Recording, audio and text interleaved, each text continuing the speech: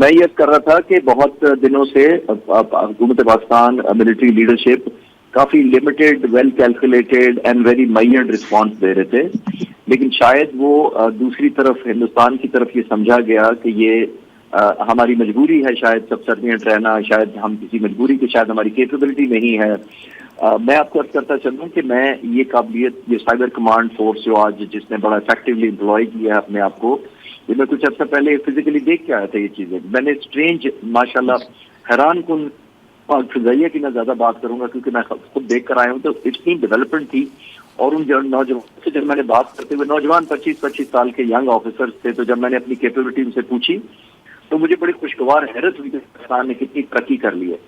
अब उन्हीं को एम्प्लॉय किया गया है और मैं, जाहिर है, मैं दुआ को होता था कि इस क्षेत्र में अमन रहे और उनको जरूरत ना, बट मुझे नहीं अंदाजा था कि चंद महीनों के अंदर मैं उन्हीं नौजवानों को इतना बड़ा मार्का मार के देखूंगा कि उन्होंने उनके मिलिट्री सैटेलाइट जैम कर दिए हैं, उनका नेटवर्किंग जैम कर दी है, उनके जो एयर डिफेंस सिस्टम है उनको नाकारा करके उन पर लादर हमला कर दिया है S-400 को। ये खास तौर पे आपने सही कहा कि तारीख में इसलिए पढ़ा जाएगा कि S-400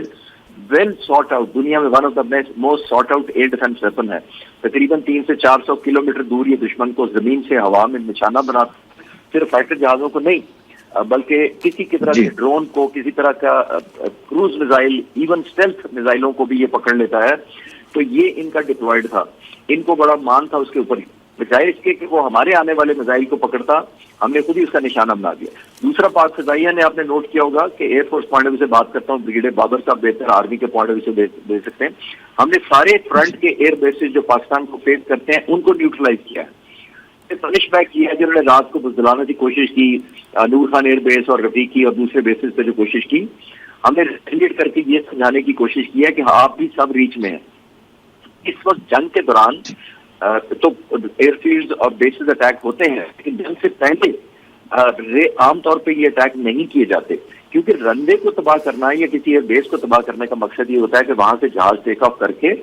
हमारे ऊपर हमलावर ना हो, यानी ऑफेंस लॉन्च ना कर सके। और जब हमारी आर्म फोर्सेज, चाहे वो लैंड फोर्सेज हो या एयरफोर्स का स्ट्राइक जाए, तो उधर से जहाज एयरबोर्न होके हमें रेजिस्टेंस ना दे, मुदाफियत ना दे। अब जंग तो हो नहीं रही, हमने सिर्फ अपनी एक कन्विक्शन या रिजॉल्व और कैपेबिलिटी शो की है कि अगर आप हमें यहाँ तक हिट करेंगे तो हम आपको प्लस करनी, 1 प्लस नहीं 2-3 प्लस करके वापस जवाब देंगे। मैं कहा था कि भुज से लेकर नॉर्थ तक जितने बेसेस हैं, इनके जो फ्रंट लाइन हमें इफेक्ट करते हैं, जो हमारे आम की अंडरस्टैंडिंग के लिए, यानी जो कराची को थ्रेट कर सकते हैं, जो अंदरून सिंध को थ्रेट कर सकते हैं, भावलपुर एरिया को थ्रेट कर सकते हैं, जो मुल्तान एरिया को थ्रेट कर सकते हैं, लाहौर, कश्मीर, सियालकोट, शकरगढ़, इन एरियाज को जो हिंदुस्तान के एयर बेसिस सपोर्ट कर सकते थे अपनी एयरफोर्स को, सबको नॉकआउट किया है। अब बताने का मकसद है कि अभी जंग शुरू नहीं हुई तो हमारी ये कैपेबिलिटी है। जब जंग शुरू होगी और फिजिकल यहाँ से हमारे खिलाफ कोई ऑफेंसिव लॉन्च होंगे तो अल्हम्दुलिल्लाह फिर क्या कर सकेंगे। और ये मेरा पहले ड्यू था। एक सवाल एक तालिबे इल्म की हैसियत से मेरे ज़हन में ये आया है कि ये जो एडवांस बेसिस के ऊपर जहाँ पर अटैक किया गया है, यहाँ पर भारत ने अपने वो स्क्वाड्रन तैनात किए थे जो पाकिस्तान पर हमला करने के लिए थे। तो अगर इनके रनवे तबाह हो चुके हैं तो ये तमाम जहाज इस वक्त नाकारा हैं।